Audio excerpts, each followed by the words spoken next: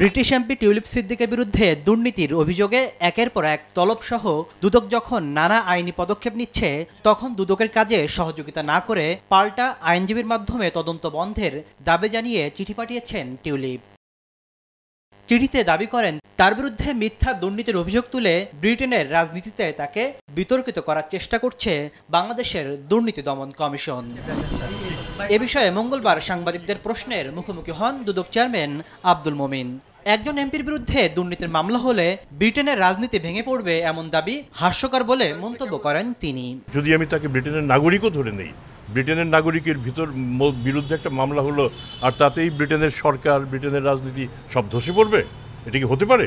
যখন এসব শব্দ চয়ন করেন আইনজীবীরা, তারাও সঠিক শব্দ চয়ন করবেন। তারা কিন্তু এভাবে তাদের নিজেদের দেশকে ছোট করছেন। যদি 7 দিনের মধ্যে বা 10 দিনের মধ্যে আমার জবাব না দেন, তাহলে আমি ধরে নেব যে আমি মামলা থেকে অব্যাহতি পেয়েছি। এটা কি হতে পারে কখনো? এটা অবশ্যই হাস্যকর। ইনসেক্ট রিপেলেন্ট মাস্টার ব্যাচ যুক্ত আরএফএল ওয়াট্রো, কাপড় যত্নে রাখার নাম্বার 1 সলিউশন।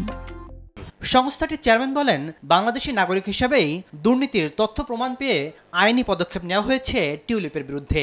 দেশের আদালতে এসেই আইনি মোকাবেলা করতে হবে তাকে। যদি না আসে তাহলে তো আপনার ইনএফিসিয়েন্সি ট্রায়াল হয় না। আমাদের সব মামলাই কি আমরা আসামিদের সামনে পাই? আমাদের যত ক্রিমিনাল মামলা, সিভিল মামলা, অনেক মামলাতে অনেক আসামি ইনএফিসিয়েন্সি ট্রায়াল হয়। সেটার পদ্ধতি রয়ে গেছে, সেভাবে বিচার হবে। টিউলিপ সিদ্দিক সহ দুদকের মামলায় বিদেশে পলাতক আসামিদের ফিরিয়ে আনতে ইন্টারপোল সহ সব সংস্থার সহযোগিতা চাওয়া হবে বলেও জানান চেয়ারম্যান। তাসলিম তৌহিদ, সময় সংবাদ, ঢাকা।